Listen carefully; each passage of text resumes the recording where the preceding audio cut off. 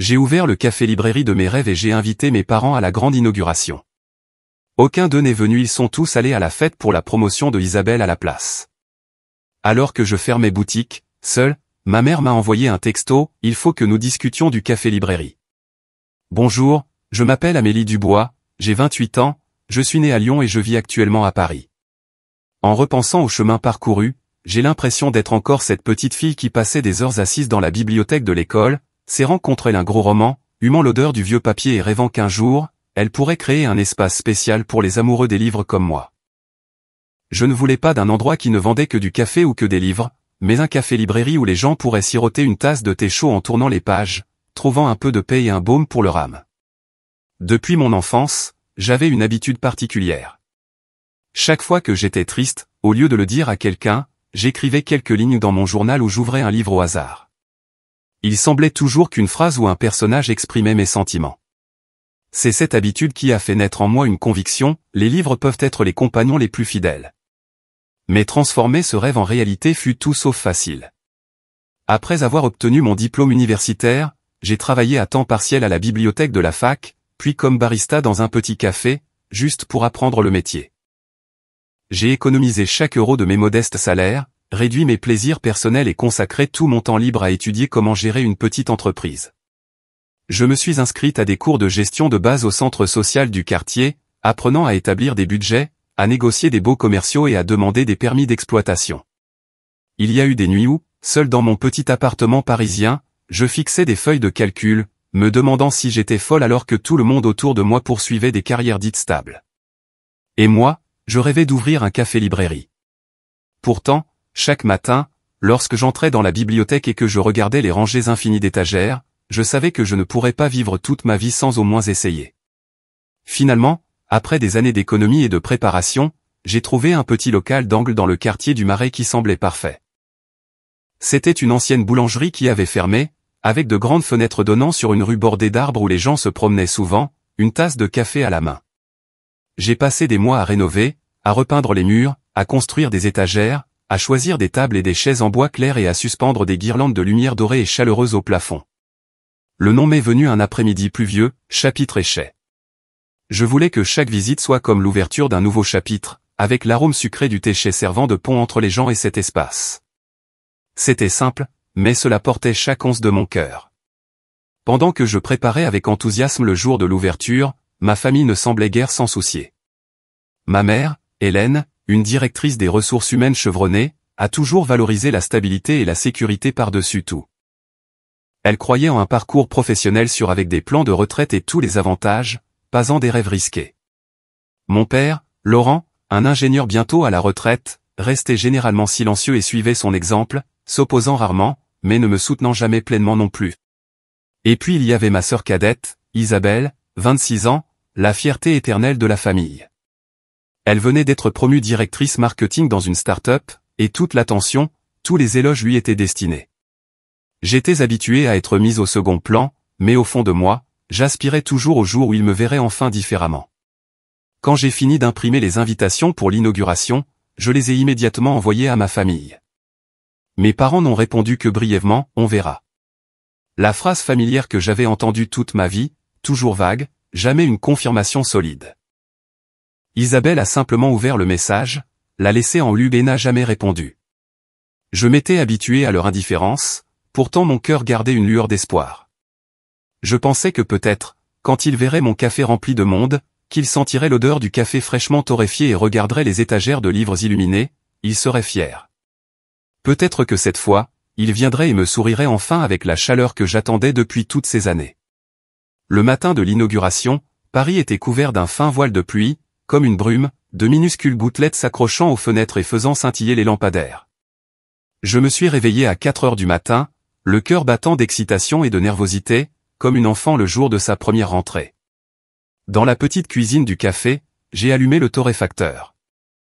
L'arôme des grains fraîchement torréfiés a rempli l'air, se mêlant à l'odeur de cannelle des fournées de gaufres et à l'épice chaude du thé chai, créant une atmosphère réconfortante. J'ai arrangé les étagères avec soin, un coin pour les romans classiques, un autre pour le développement personnel, et une section pour la littérature du monde. Je voulais que quiconque entre ici puisse trouver un morceau de lui-même entre ses pages. J'ai même préparé des bouquets de fleurs fraîches, les plaçant sur les tables en bois pour ajouter une touche de chaleur supplémentaire. Les premiers clients sont arrivés à 8 heures, un couple d'étudiants de la Sorbonne. Ils ont souri, commandé 2 lattes et se sont gentiment disputés pour savoir qui prendrait Gatsby le magnifique de la collection de livres anciens que j'avais rassemblés. Je les ai entendus dire, cet endroit est aussi chaleureux qu'un salon. Et mon cœur s'est épanoui. Puis, une enseignante d'une école primaire voisine est entrée, a acheté un livre sur l'apprentissage de l'écriture aux enfants et a déclaré que mes gaufres étaient meilleures que celles de la célèbre boutique du coin. Chaque compliment, chaque regard ravi m'a tenu occupé sans relâche. Mais au milieu des rires et de l'air parfumé, je me surprenais à jeter un œil vers la porte chaque fois qu'elle s'ouvrait, espérant voir un visage familier de ma famille. À midi, toutes les tables du café étaient pleines. Un groupe d'employés de bureau est venu pendant leur pause déjeuner, ordinateur portable à la main, disant qu'ils adoraient le mélange de concentration tranquille et d'arômes riches de café. Un homme âgé du quartier m'a dit qu'il avait été triste quand l'ancienne librairie avait fermé, mais que voir Chapitre et Chez ouvrir lui donnait l'impression de retrouver un vieil ami. Je lui ai souri et je suis retourné préparer des boissons. Et pourtant, alors que des inconnus me souriaient, mon cœur s'alourdissait chaque fois que je regardais la longue table près de la fenêtre, celle que j'avais réservée en espérant que mes parents et Isabelle s'y assoiraient. À 15 heures, alors que je posais un plateau de muffins aux myrtilles fraîchement sortis du four sur le comptoir, mon téléphone a vibré dans ma poche. Je l'ai sorti et j'ai ouvert la discussion de groupe familial. Instantanément, mon cœur a sombré. Sur l'écran, il y avait une photo d'Isabelle debout sur une scène, vêtue d'une robe bleue scintillante, tenant son certificat de promotion. Mes parents se tenaient fièrement de chaque côté d'elle, leurs mains sur ses épaules, des sourires larges sur leurs visages. Derrière eux, des parents que je n'avais pas vus depuis des années, tous sur leurs 31, des coupes de champagne scintillant dans leurs mains. Et sous la photo, ma mère avait écrit « Tellement fière de toi, Isabelle », suivi de 3 émojis cœur rouge vif. Soudain, toute la pièce autour de moi est devenue froide. Les rires et les bavardages des clients résonnaient à mes oreilles comme un bruit lointain.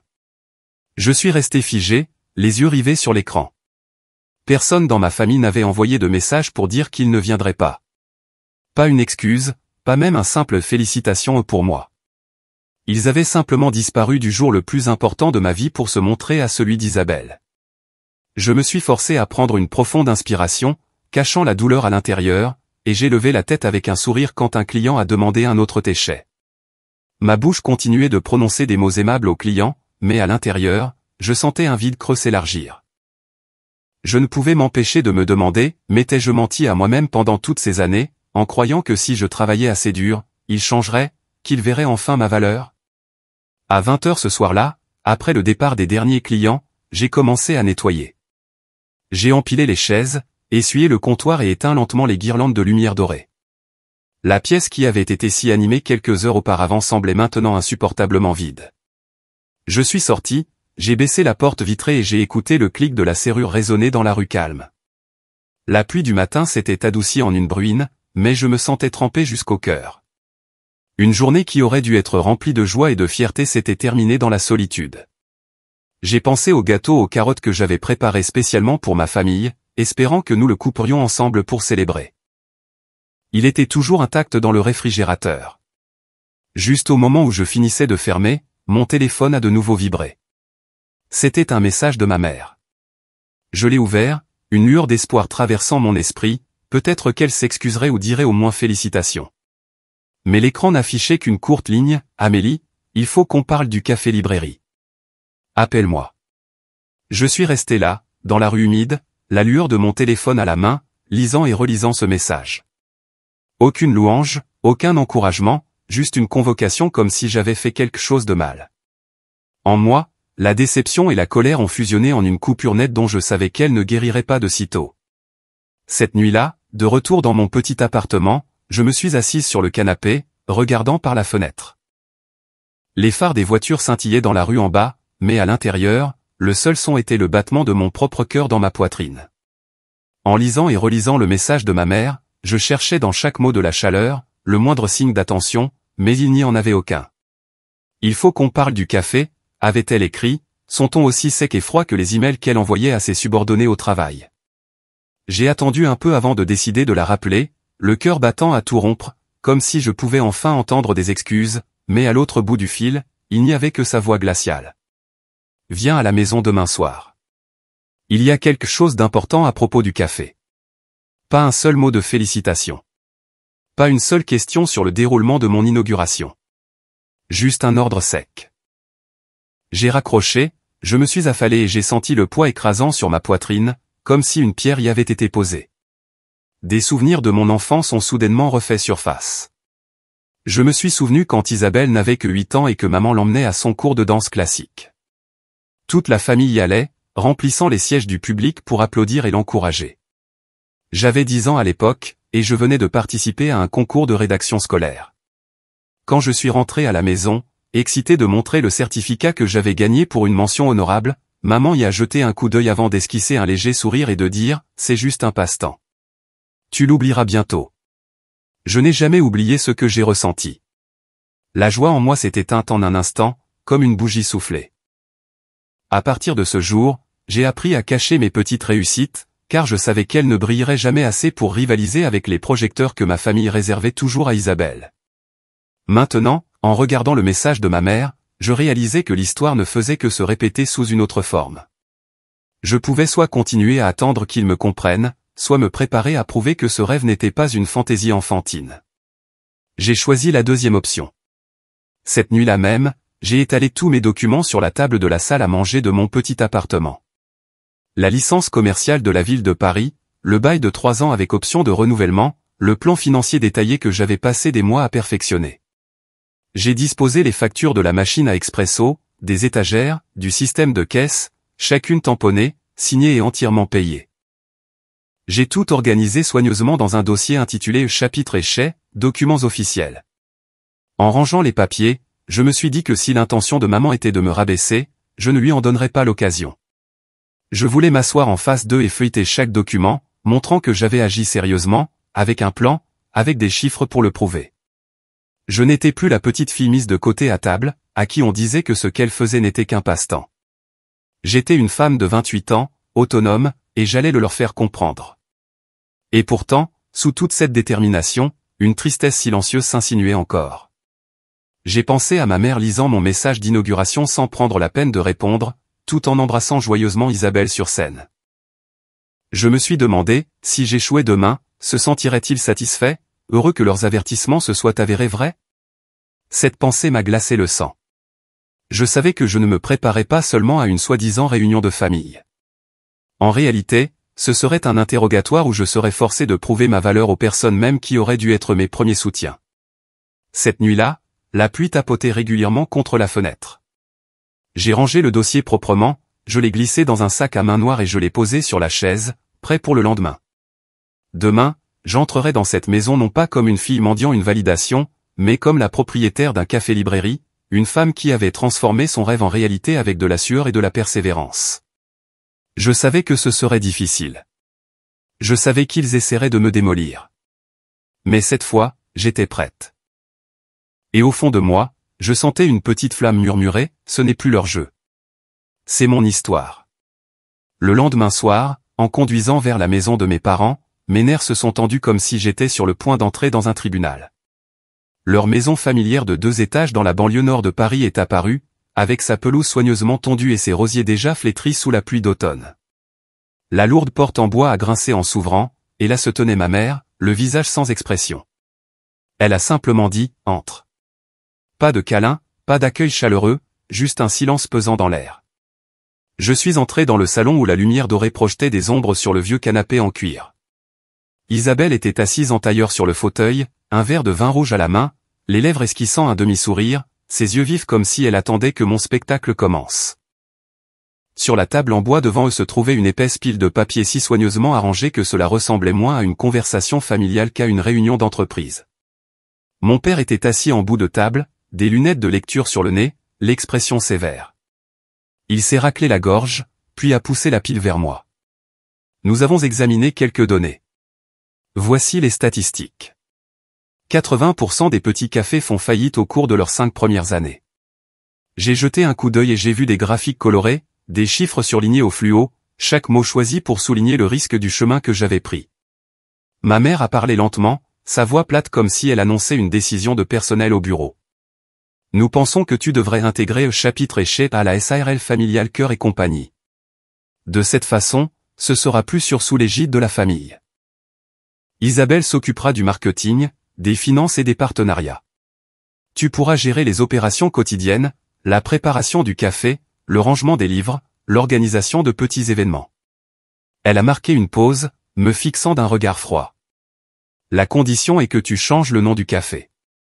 Notre proposition, Cœur et compagnie. Livre et café. Ça sonne professionnel. Ça porte la marque de la famille. Je suis resté assise en silence, mes doigts agrippant le bord du dossier que j'avais apporté.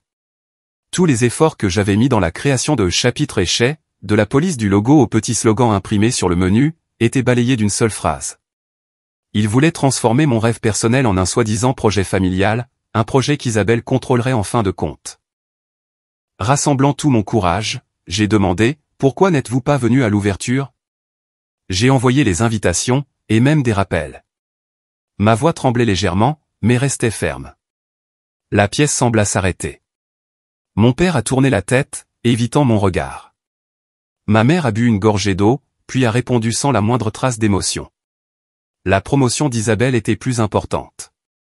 Cela a un impact sur sa carrière, ouvre de grandes opportunités.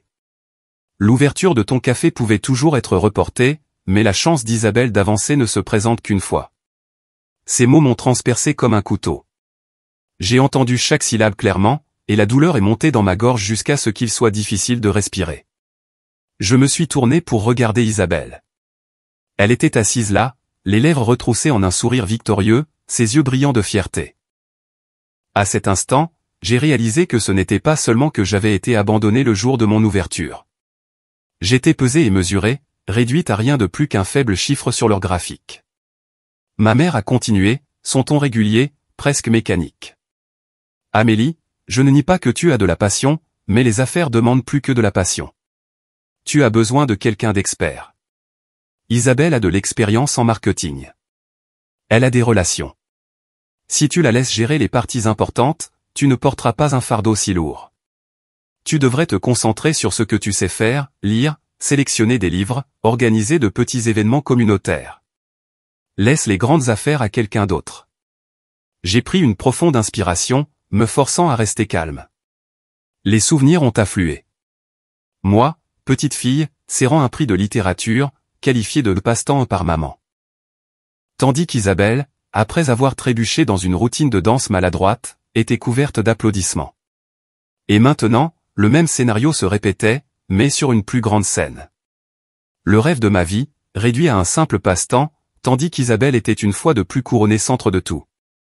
J'ai posé mon dossier fermement sur la table et j'ai rencontré le regard de ma mère. Maman, j'ai déjà la licence commerciale.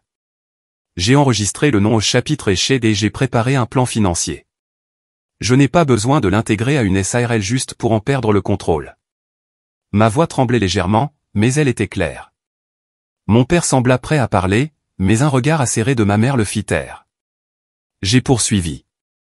Je ne suis ni imprudente ni naïve comme vous le pensez. Chaque chiffre est documenté ici.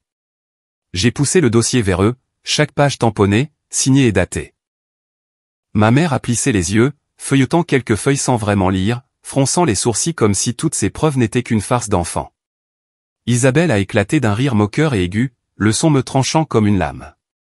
« Tu es doué pour lire des livres, je te l'accorde », a-t-elle dit d'un ton traînant, levant le menton avec un air de supériorité. « Mais en matière de finances, tu n'y connais rien. Est-ce que tu comprends même ce qu'est un flux de trésorerie? Sais-tu comment analyser un retour sur investissement? Ou penses-tu vraiment qu'accrocher quelques étagères et préparer du thé chez suffit? Tu devrais laisser les adultes s'en occuper. Le monde des affaires n'est pas comme les pages d'un roman. » Ces mots m'ont frappé comme de l'eau glacée jetée en plein visage. J'ai pris une profonde inspiration, ravalant la douleur, mais en même temps, un feu de colère s'est allumé en moi. Ma mère est intervenue, son ton plus sec que d'habitude. « Tu délires complètement. Nous ne voulons que ton bien. Si tu n'écoutes pas, tu le regretteras. La passion ne paie pas les factures, Amélie. Penses-tu qu'une poignée d'inconnus qui entrent au hasard suffit pour vivre? » Je l'ai regardé et j'ai réalisé qu'il n'y avait aucune véritable préoccupation pour mon bonheur dans ses yeux, seulement une obsession de l'échec, de l'image de la famille. La phrase « tu le regretteras » avait été le refrain depuis mon enfance, prononcé chaque fois que j'osais essayer quelque chose de différent. Mes doigts se sont serrés sur le bord de la table jusqu'à devenir blancs, puis j'ai parlé, ma voix plus stable que je ne l'aurais cru. Non.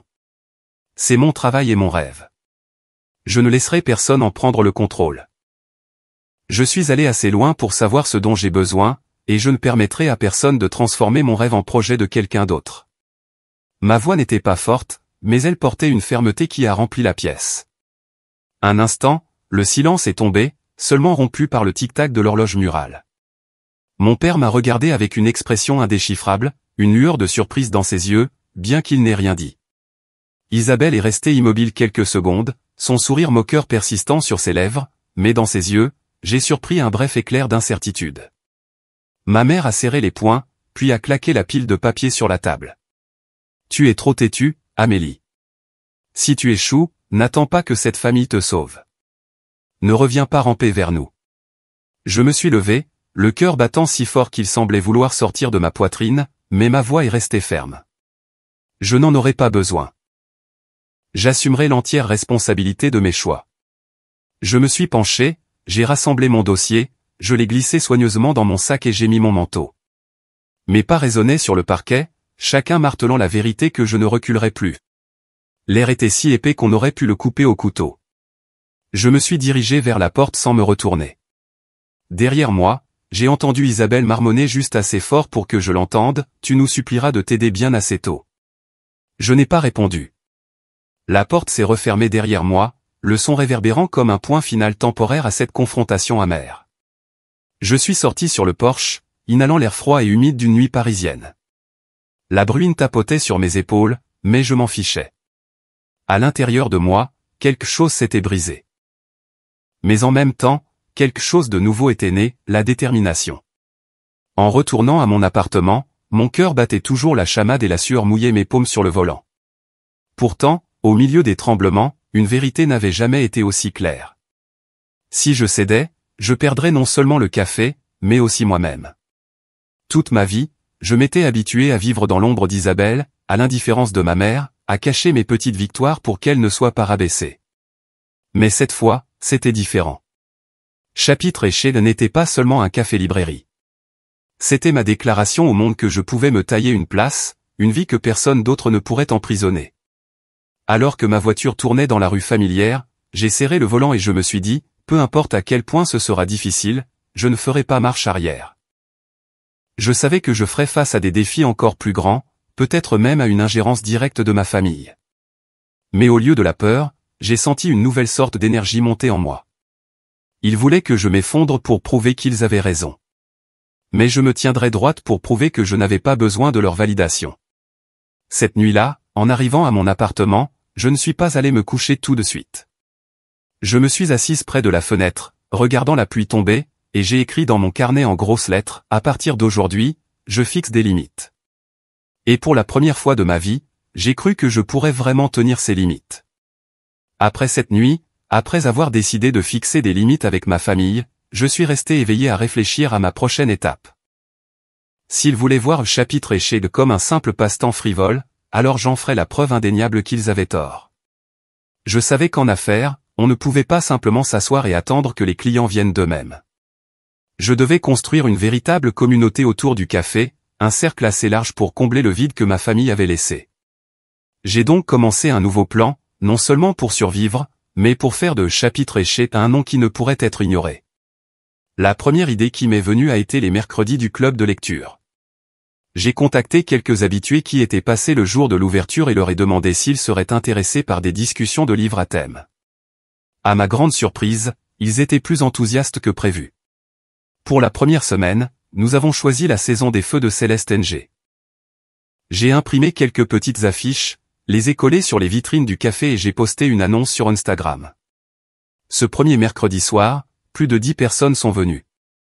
Elles se sont rassemblées autour de la longue table près de la fenêtre, partageant leurs réflexions sur la famille, les différences générationnelles et la pression d'être l'enfant parfait. J'étais assise là, à écouter, à prendre des notes, sentant mon cœur se réchauffer. J'ai réalisé que ces conversations étaient la véritable sève du café, quelque chose qu'aucune stratégie marketing ne pourrait jamais remplacer. Après cela, j'ai ajouté les vendredis scènes ouvertes. Au début, j'étais nerveuse, ne sachant pas si quelqu'un voudrait même se produire dans un petit café comme le mien. Mais avec une seule publication accueillante, un groupe d'étudiants en musique de la Sorbonne m'a contacté immédiatement. Le premier vendredi soir, j'ai réaménagé l'espace, installé un micro et de petites enceintes, et préparé du thé chaud et des pâtisseries supplémentaires. Le café était bondé. Quelqu'un a lu de la poésie sur la jeunesse. Un autre a apporté une guitare et a chanté des ballades, et une jeune femme coréenne a lu une nouvelle en anglais et dans sa langue maternelle.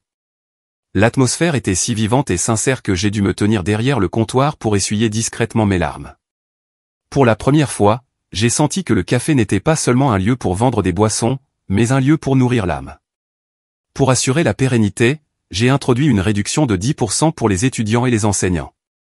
Je savais que Paris était une ville de livres et d'écoles, et si je voulais me connecter avec la communauté, je devais faciliter la venue des amoureux des livres. J'ai mis en place un système de fidélité via l'application de caisse où les clients pouvaient scanner un code QR pour accumuler des points. Tous les 10 achats, ils gagnaient une boisson gratuite ou une réduction sur un livre. Quand j'ai commencé à remarquer que certains clients revenaient encore et encore, j'ai pu voir clairement l'impact d'un si petit geste. De plus, j'ai commencé à nouer des liens avec les commerces voisins. J'ai visité une boulangerie locale et proposé de vendre leur pâtisserie dans mon café le week-end pour que les clients aient plus de choix. Le propriétaire, un homme plus âgé nommé Pascal, a accepté immédiatement et a même suggéré que je place quelques livres dans un coin de sa boutique pour que ses clients puissent siroter un café en lisant. Je suis passé à la bibliothèque municipale, j'ai parlé à la bibliothécaire et j'ai demandé la permission d'afficher des prospectus sur les événements de Chapitre et Chais. Je suis allé au lycée voisin et j'ai proposé d'animer des ateliers d'écriture créative gratuits pour les élèves. Petit à petit, j'ai tissé un réseau de relations, faisant de mon café une partie du quartier plutôt qu'une simple entreprise isolée. Chaque soir après la fermeture, je m'asseyais seul, regardant l'espace, m'imprégnant de la vie qu'il avait commencé à contenir. J'ai écrit dans mon journal, ma famille de sang n'est pas venue, mais la communauté, si. C'est ma vraie famille. J'ai commencé à comprendre lentement que je n'avais pas besoin de l'approbation de ma mère ou d'Isabelle pour connaître ma valeur. Chaque client qui revenait, chaque sourire, chaque accord de guitare les vendredis soirs, c'étaient les affirmations que j'avais toujours désirées. Parfois, je ressentais encore une douleur aiguë en pensant aux chaises vides le jour de l'ouverture. Mais au lieu d'attendre qu'elles soient remplies, je me suis juré de remplacer ce vide par de nouveaux visages et des liens authentiques. Je me suis promis que personne, pas même ma famille, ne m'enlèverait jamais la vie que j'avais insufflée à Chapitre et Chais. Les soirs de fatigue, je m'asseyais pour enregistrer les recettes, calculer les dépenses, et j'entendais encore la voix d'Isabelle résonner, « Tu n'y connais rien en finance ». Je souriais, j'ouvrais mon tableur budgétaire et je passais en revue chaque dépense soigneusement enregistrée.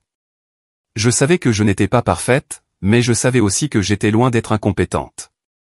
J'apprenais, je grandissais, et chaque chiffre positif dans le rapport quotidien était la preuve que je pouvais y arriver.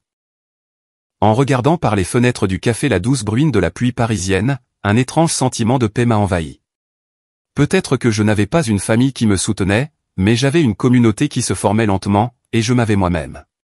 Pour la première fois de ma vie, cela semblait suffisant. Un lundi matin, alors que j'époussetais les étagères et vérifiais la machine à expresso, un email inattendu est apparu dans ma boîte de réception. L'expéditeur était un journaliste de Paris Hebdo, le magazine local connu pour couvrir la culture et la vie communautaire. Il disait avoir récemment reçu des retours élogieux sur Chapitre et Chais et voulait me présenter dans leur rubrique L'essor des petits commerces, une série mettant en lumière les petites entreprises qui avaient fleuri après la pandémie. Un instant, je suis resté figé, puis j'ai éclaté de rire d'incrédulité. C'était une opportunité dont je n'avais jamais osé rêver, une chance de montrer non seulement aux clients mais à toute la ville que mon café était une fière partie de Paris. J'ai rapidement répondu en acceptant et j'ai passé le reste de la semaine à préparer la séance photo et l'interview. J'ai nettoyé chaque recoin du café, changé les fleurs sur les tables et réarrangé les livres pour qu'ils aient l'air nets et accueillants. J'ai même imprimé de nouveaux marque-pages avec le logo du café pour les offrir aux clients. Je voulais que cette interview montre plus qu'une simple petite boutique charmante. Je voulais qu'elle capture l'esprit d'une jeune femme osant prendre le contrôle de sa propre vie malgré les doutes de sa propre famille. Au fond de moi, je savais qu'une fois cet article publié, ma famille ne pourrait plus rejeter mon rêve comme un jeu d'enfant. Le matin de la séance photo, je me suis réveillé à 5 heures. J'ai préparé une théière de chais, je me suis regardé dans le miroir, j'ai enfilé une simple robe beige et j'ai noué le tablier brodé chapitre et chais. Je voulais que mon image soit à la fois professionnelle et accessible, tout comme l'esprit du café. À 9 heures, on a frappé à la porte. Je pensais que c'était le journaliste, mais quand j'ai ouvert, c'est Isabelle qui se tenait là. Ma sœur, vêtue d'un tailleur coûteux, téléphone à la main, est entrée dans le café comme si c'était sa propre scène. « Salut sœurette », a dit Isabelle doucement. J'ai entendu dire que le journaliste de Paris Hebdo venait aujourd'hui. Je pense que ce serait mieux si je participais. Après tout, j'ai de l'expérience en marketing. Je saurais comment présenter ta marque de manière plus professionnelle. Sur ce, elle s'est assise, a sorti son téléphone, a vérifié son reflet dans la caméra frontale, a ajusté ses cheveux et son rouge à lèvres comme si c'était elle qui allait être interviewée. Je suis resté figé un moment, la colère montant par vagues, mais j'ai pris une profonde inspiration. C'était le test. Soit je cédais et laissais Isabelle voler la vedette, soit je tenais fermement les limites que je m'étais promises. Je me suis approché d'elle, j'ai souri poliment, mais j'ai parlé avec une clarté absolue. Isabelle, merci de t'en soucier, mais cette interview n'a qu'une seule propriétaire. Chapitre et chez m'appartient, et je parlerai pour lui moi-même. Le visage d'Isabelle s'est raidi, son sourire s'évanouissant. Elle m'a dévisagé, choqué que j'ai osé refuser. Tu es sûr? Les journalistes ont besoin de quelqu'un qui sait parler, qui sait faire des relations publiques. Toi, tu as juste l'habitude de lire des livres et de faire du café. Je l'ai interrompu. J'en suis sûr. C'est ma voix et je n'ai besoin de personne d'autre pour me représenter. La pièce est devenue silencieuse. Les joues d'Isabelle ont rougi, sa gêne indéniable. Quand le journaliste et le photographe sont entrés, tout ce qu'ils ont vu, c'est moi, debout, calme, avec un sourire posé, tandis qu'Isabelle se levait précipitamment, marmonnait une excuse sur son emploi du temps chargé et partait. J'ai regardé sa silhouette s'éloigner, sentant pour la première fois qu'Isabelle avait goûté à ce que signifiait perdre la face. Je ne jubilais pas, mais à l'intérieur de moi, il y avait une légèreté, comme si je m'étais enfin libéré de chaînes invisibles. La séance photo s'est déroulée plus facilement que je n'aurais pu l'espérer. Le journaliste s'est promené dans le café, capturant des images des étagères de livres illuminés, des tasses de café fumantes et du coin de la fenêtre donnant sur la rue pluvieuse. J'ai raconté mon histoire, de la petite fille qui aimait lire à la bibliothèque à celle qui a finalement rassemblé assez de courage pour ouvrir son propre café. J'ai parlé de mon rêve de faire de Chapitre et chez un lieu où la communauté pourrait se rassembler, partager et se sentir en sécurité. Quand j'ai mentionné les mercredis du club de lecture et les vendredis scènes ouvertes, les yeux du journaliste se sont illuminés. Il a dit que ces événements étaient une distinction rare et remarquable que peu de cafés pouvaient maintenir. Le photographe a pris d'autres clichés de moi préparant du thé, arrangeant des livres et discutant avec quelques habitués. Pour la première fois, je me suis senti vraiment vu, non pas comme la fille rêveuse que ma famille ignorait, mais comme une jeune femme dirigeant une véritable entreprise. Une semaine plus tard, l'article a été publié. Sur la première page de Paris Hebdo se trouvait une photo de moi debout devant les étagères de livres, les lumières dorées projetant une lueur chaleureuse sur mon visage, avec le logo au chapitre et chez clairement visible derrière moi. Le titre disait « Un nouveau havre de paix dans le Marais, le chapitre et chez d'Amélie Dubois ». L'article détaillait mon parcours pour construire le café au lendemain de la pandémie, mettant l'accent sur la résilience et la communauté grandissante qui l'entourait. Presque instantanément, l'article a été largement partagé sur les réseaux sociaux parisiens. Des inconnus ont laissé des commentaires élogieux et de nouveaux clients ont afflué, impatients de découvrir l'espace présenté dans les nouvelles. Ce soir-là, la nuit de la publication de l'article, je me suis assise dans le café en regardant le flot de notifications illuminer mon téléphone. Je savais sans aucun doute que ma famille avait aussi vu l'article. Ils ne diraient peut-être rien. Ils resteraient peut-être silencieux comme toujours, mais cette fois, la vérité était hors de leur contrôle. Chapitre et chez n'était plus seulement un rêve fragile niché dans mon cœur. Il était devenu une partie de la ville, un témoignage public que je pouvais me débrouiller seul. Et le plus doux, c'était le souvenir du visage stupéfait d'Isabelle ce matin-là, la première fois de sa vie où elle avait dû accepter que je ne me cachais plus dans son ombre. Alors que l'article de Paris Hebdo se propageait sur les réseaux sociaux, j'ai reçu un email de près de 10 pages de ma mère. L'objet était froid et direct, projet de contrat SARL. Examen immédiat. Je l'ai ouvert et j'ai trouvé des termes si détaillés qu'il était clair qu'elle ne les avait pas écrits seule. Il y avait sans aucun doute la contribution d'un avocat qu'elle connaissait.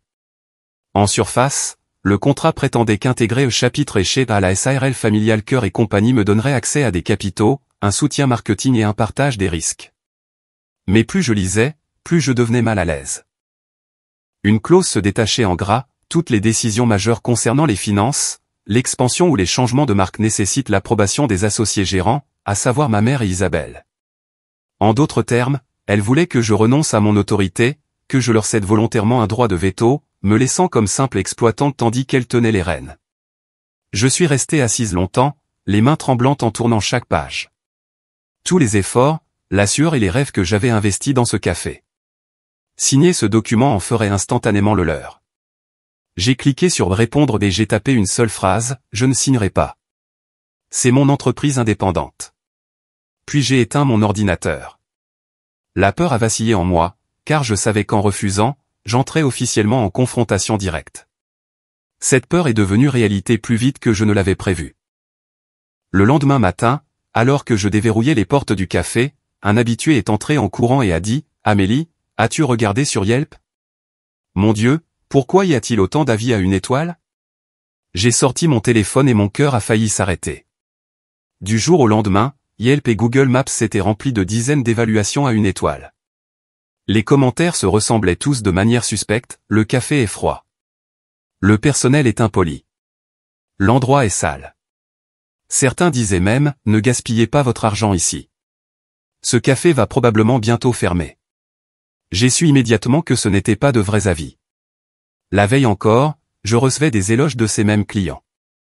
Cela sentait la campagne de dénigrement coordonnée, un coup bas visant directement ma réputation. Je suis resté assise en silence quelques minutes, la gorge nouée par l'amertume. Je ne m'étais jamais senti aussi seul.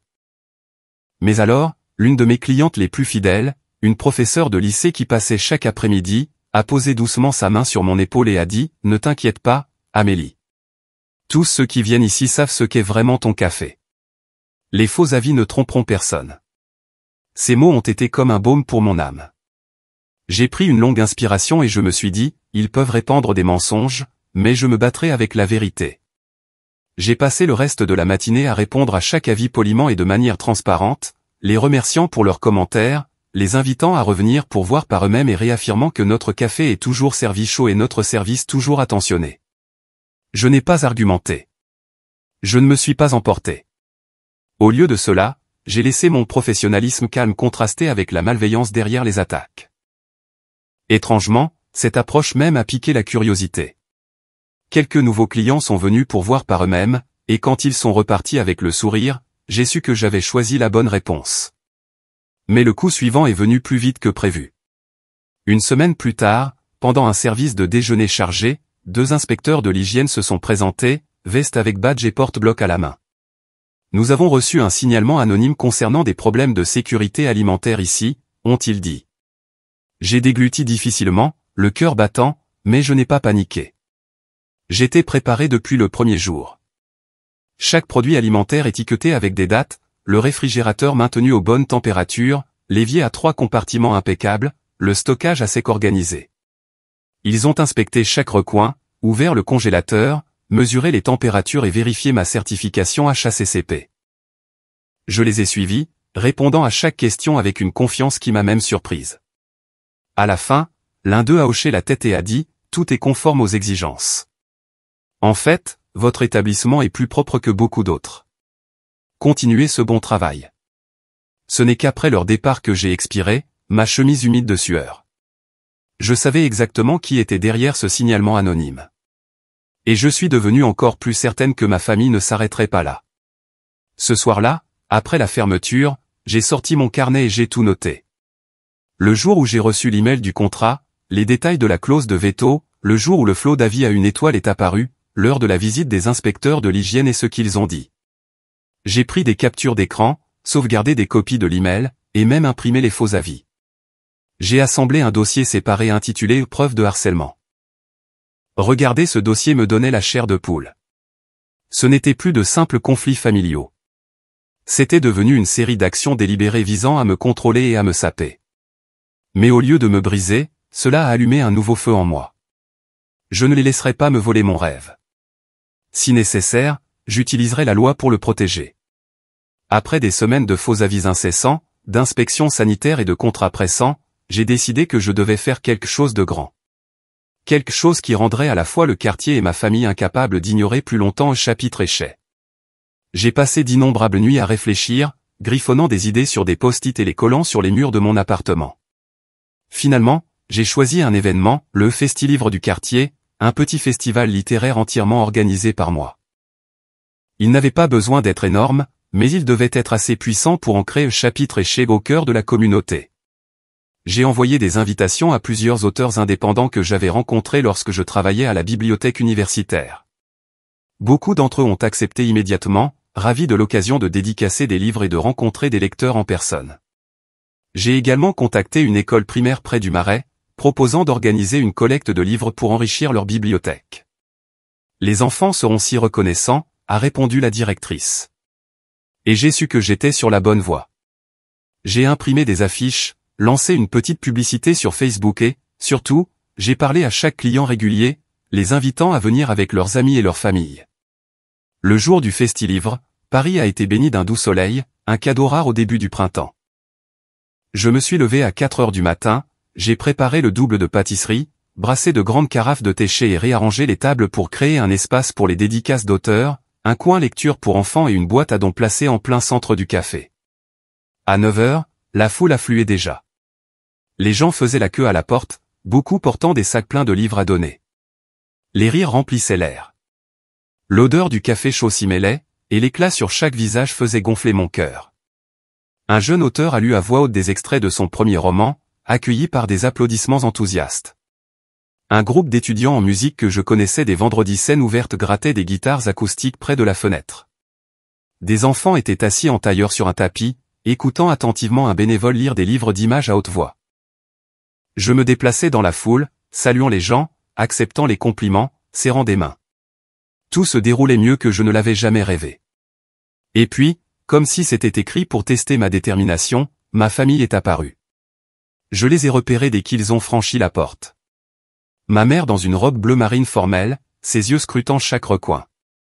Mon père marchant quelques pas derrière, les mains dans les poches, le visage indéchiffrable, et Isabelle dans une robe rouge éclatante, sa démarche assurée, mais son expression se tendant en voyant la foule acclamer mon événement.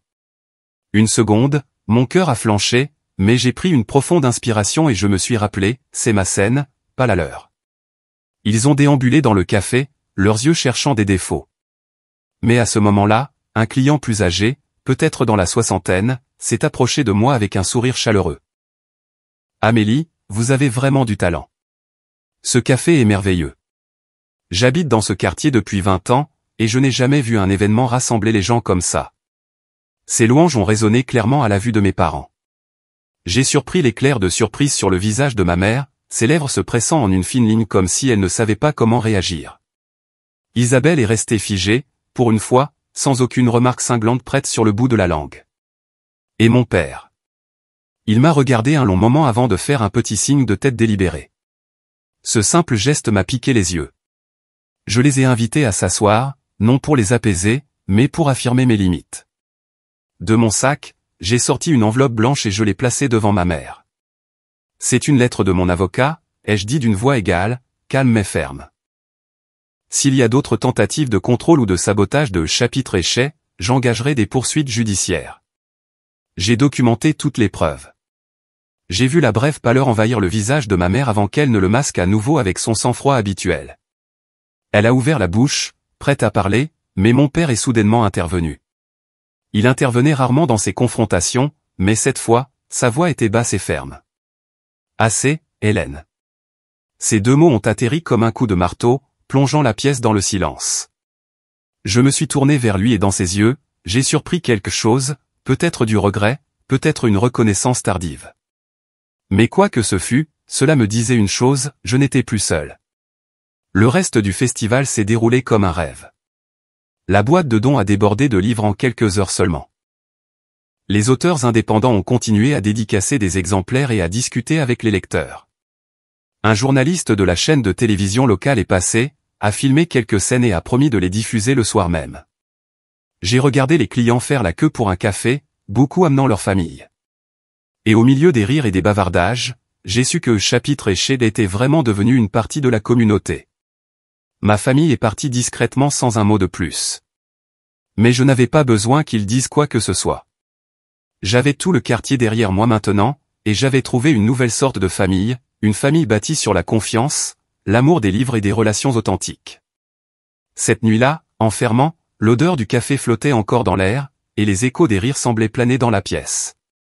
Je me sentais plus forte que jamais. Je savais que la plus grande bataille était déjà derrière moi. Désormais, mon rêve ne pourrait plus être ni ignoré, ni enlevé. Plus tard ce soir-là, après le festilivre du quartier, je suis resté un peu plus longtemps dans le café, contemplant les tables bien rangées et la boîte de dons si pleine qu'elle débordait presque. Je me suis lentement versé une tasse de thé, essayant de me détendre après une journée aussi intense. Quand mon téléphone a vibré, j'ai sursauté un instant. Un message de papa. Amélie, il faut que je te parle. J'ai hésité quelques secondes avant d'accepter de le rencontrer le lendemain matin. Nous avons choisi un petit café, pas Chapitre et Shade. Quand je suis entré, il était déjà assis dans un coin, sa sévérité habituelle envolée. Il a parlé le premier, sa voix mesurée et calme. Je suis resté silencieux trop longtemps. Toute ma vie, j'ai laissé ta mère prendre les décisions, pensant que c'était le moyen d'éviter les conflits. Mais mon silence t'a fait te sentir abandonné. Je l'ai regardé, prise au dépourvu par son honnêteté. Il a continué, hier, quand j'ai entendu les autres te louer, j'ai enfin vu clairement que tu as accompli quelque chose que je n'aurais jamais cru possible. Je suis désolé de ne pas t'avoir soutenu plus tôt. J'ai pris une profonde inspiration, les émotions montant d'une manière que je pouvais à peine décrire. Pour la première fois depuis des années, mon père admettait qu'il avait eu tort. J'ai répondu doucement, je n'ai pas besoin que tu prennes mon parti en tout. J'ai juste besoin que tu reconnaisses que j'ai le droit de suivre ma propre voie sans être rabaissé ou contrôlé. Il a hoché la tête, les yeux embués, mais n'a rien dit de plus. Nous sommes restés assis en silence un moment, puis nous nous sommes séparés avec une brève mais sincère étreinte. Quelques jours plus tard, ma mère est venue seule à Chapitre et Shade. Elle est entrée l'air tendu, essayant toujours de s'accrocher à son air de contrôle familier. Je l'ai conduite à une table d'anglais avant qu'elle ne puisse parler, j'ai dit la première, « Maman, je sais que tu penses me protéger, mais la vérité est que je me sens seulement contrainte. Je suis en sécurité quand j'ai des limites, pas quand je suis placé sous ton contrôle. » Elle m'a regardé, les lèvres serrées, mais dans ses yeux, j'ai vu une lueur d'incertitude. J'ai continué, mon ton calme mais ferme.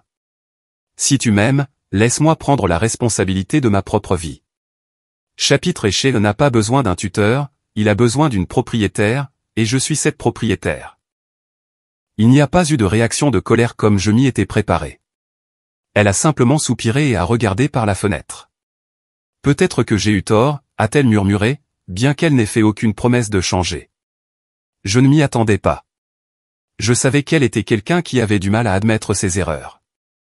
Mais au moins, j'avais prononcé les mots que je n'avais jamais osé dire auparavant. Ce même soir, j'ai reçu un message inattendu d'Isabelle. « Tu as réussi. Je suis désolé d'avoir essayé de prendre le contrôle. Je pensais que si le café réussissait sous ma direction, maman serait plus fière, mais je me suis trompé. » J'ai fixé le message, le cœur à la fois soulagé et troublé. C'était la première fois qu'Isabelle admettait sa faute. J'ai tapé quelques mots, puis je les ai effacés. Finalement, j'ai décidé de ne pas répondre tout de suite. J'avais besoin de temps. J'ai laissé le message là, une pause ouverte. Une porte pas complètement fermée, mais pas non plus facile à ouvrir. Cette nuit-là, je me suis assise devant mon ordinateur portable et j'ai ouvert le fil de discussion familiale par email. Je savais que je devais écrire quelque chose de définitif, une déclaration claire pour enfin mettre fin au cycle qui s'était répété pendant des années. Je commençais quelque chose, ils essayaient de le contrôler, je cédais, puis j'étais à nouveau ignoré. Cette fois serait différente. J'ai posé mes doigts sur le clavier et j'ai commencé. Ceci est ma dernière limite. Chapitre et Shade est entièrement sous ma gestion. Personne ne peut interférer dans les opérations, les communications ou les finances. Si quelqu'un souhaite venir, vous êtes les bienvenus en tant que clients ordinaires, vous asseoir, boire un café et lire. J'accueillerai cela avec plaisir. Mais je n'accepterai aucune autre tentative de contrôle. S'il y en a, j'engagerai des poursuites judiciaires. Je l'ai relu plusieurs fois, ajustant chaque phrase pour qu'il n'y ait aucune ambiguïté. Puis j'ai pris une profonde inspiration et j'ai appuyé sur envoyer. L'écran a confirmé que l'email avait été envoyé avec succès. Je n'ai pas attendu de réponse. Au lieu de cela, j'ai ouvert la discussion de groupe familial, j'ai cliqué sur remuer et j'ai laissé la notification familière s'évanouir dans le silence. Elle ne me ramènerait plus dans la même vieille spirale. En fermant mon ordinateur portable, je me suis adossé à ma chaise. Mon cœur ne bouillait plus de rage comme avant. Au lieu de cela, je me sentais calme, comme un lac après une tempête. Je savais que je ne pouvais pas changer ma mère ou Isabelle en un seul jour. Mais je m'étais changé moi-même, de la fille qui endurait en silence à la femme assez courageuse pour fixer des limites. Et j'ai réalisé que c'était là la vraie victoire. 6 mois ont passé depuis le jour où j'ai envoyé cet email, brisant le cycle toxique. Pendant ce temps, Chapitre Éché non seulement a tenu bon, mais a commencé à grandir au-delà des 4 petits murs du coin du Marais. Je me souviens encore clairement du matin où j'ai reçu un appel d'une société d'événementiel locale. Ils voulaient signer un contrat à long terme pour que Chapitre Éché le fournisse du café et des livres pour leur série d'ateliers culturels dans le centre-ville. Quand j'ai signé mon nom sur la ligne pointillée, mes mains tremblaient, non de peur, mais d'émotion. Un rêve que ma famille avait un jour qualifié de passe-temps enfantin était maintenant reconnu par de grandes organisations. Grâce à ce contrat, j'ai obtenu assez de budget pour enfin poursuivre une idée que je chérissais depuis des mois, un chariot mobile de café et de livres. J'ai fait construire un petit stand en bois sur roue, peint dans la même teinte de brindou que le logo de Chapitre Éché, et je l'ai rempli de paniers de livres d'occasion, de carafes de chai et de café fraîchement préparés. Le week-end, je le poussais jusqu'au marché fermier où des centaines de familles se promenaient, achetant des produits frais et des articles faits main. La toute première fois que je me suis installé, je ne m'attendais pas à la foule que cela attirerait. Les enfants plongeaient dans les paniers de bandes dessinées. Les adultes sirotaient un café en parcourant de vieux romans. Un couple de personnes âgées a acheté quelques livres et m'a dit « Merci d'apporter l'arôme du café et la présence des histoires à ce marché. Vous l'avez rendu plus chaleureux. » À cet instant, j'ai su que j'étais sur la bonne voie. En plus de développer mon entreprise, j'ai aussi investi en moi-même. J'ai commencé des séances de thérapie chaque semaine. Au début, il était difficile de parler des blessures de ma famille, d'admettre combien de fois j'avais été ignoré et mise de côté, mais ma thérapeute m'a gentiment rappelé, dire non n'est pas égoïste. Fixer des limites est un acte d'amour pour vous-même et pour les autres, car cela permet aux relations de devenir plus saines. Au fil du temps, j'ai appris à refuser sans culpabilité, à accepter mes propres sentiments sans croire que j'avais tort d'être différente d'Isabelle. À l'intérieur du café, j'ai accroché un petit tableau noir près du comptoir. Dessus, j'ai écrit à la craie blanche, « Famille ne veut pas dire contrôle. Limite veut dire amour. » De nombreux clients s'arrêtaient pour le lire, hochant la tête en signe d'accord silencieux. Certains ont même pris des photos et les ont postées sur Instagram avec le hashtag Les limites cestent de l'amour. Je n'ai jamais expliqué l'histoire derrière cette phrase, mais chaque fois que je regardais ce tableau, je me sentais plus sur du chemin que j'avais choisi. Avec le temps, ma famille a réagi à sa manière. Mon père passait de temps en temps à Chapitre Éché, généralement en fin d'après-midi. Il ne disait jamais grand-chose, choisissait juste quelques vieux livres, commandait un cappuccino et s'asseyait tranquillement dans un coin pour lire le journal. Avant de partir, il me faisait un signe de tête, ses yeux un peu plus doux qu'avant. Je n'appelais pas ça une réconciliation, mais je le prenais comme un petit geste, une reconnaissance tardive que j'avais ma propre valeur. Ma mère a gardé ses distances. Elle n'est pas venue, n'a pas envoyé de message, choisissant apparemment le silence comme sa dernière forme de contrôle. Isabelle, après ses excuses hésitantes, me contactait rarement. Parfois, elle laissait un like sur une publication d'événements du café en ligne, mais rien de plus. Je n'attendais plus rien. J'avais appris à lâcher prise, et je me sentais plus en paix que jamais. La paix quand j'ouvrais le café le matin, la petite cloche tintant pour accueillir des visages familiers. La paix quand je regardais les enfants bavarder en choisissant des livres sur l'étagère pour enfants. La paix quand le son d'une guitare remplissait la pièce les vendredis scènes ouvertes, ou quand les clients repartaient tenant des tasses de chai fumantes, les épaules détendues après une longue journée. Cette paix ne venait plus de l'approbation de ma famille. Elle venait de la communauté que j'avais bâtie et du fait d'avoir osé me faire confiance. Un soir de pluie, après le départ du dernier client, j'ai fermé la porte à clé. Les rues de Paris brillaient sous les lumières jaunes se reflétant sur le trottoir mouillé. Je me suis assise sur une chaise près du comptoir, j'ai ouvert le livre que j'étais en train de lire et j'ai glissé un marque-page au milieu. Je me suis versé une tasse de chai chaud, la chaleur se propageant dans mes doigts. À cet instant, j'ai souri doucement. Je n'ai plus besoin de leur approbation, ai-je murmuré, comme pour me le confirmer. J'ai trouvé une famille en moi, et au sein de cette communauté. Dehors, la pluie continuait de tomber.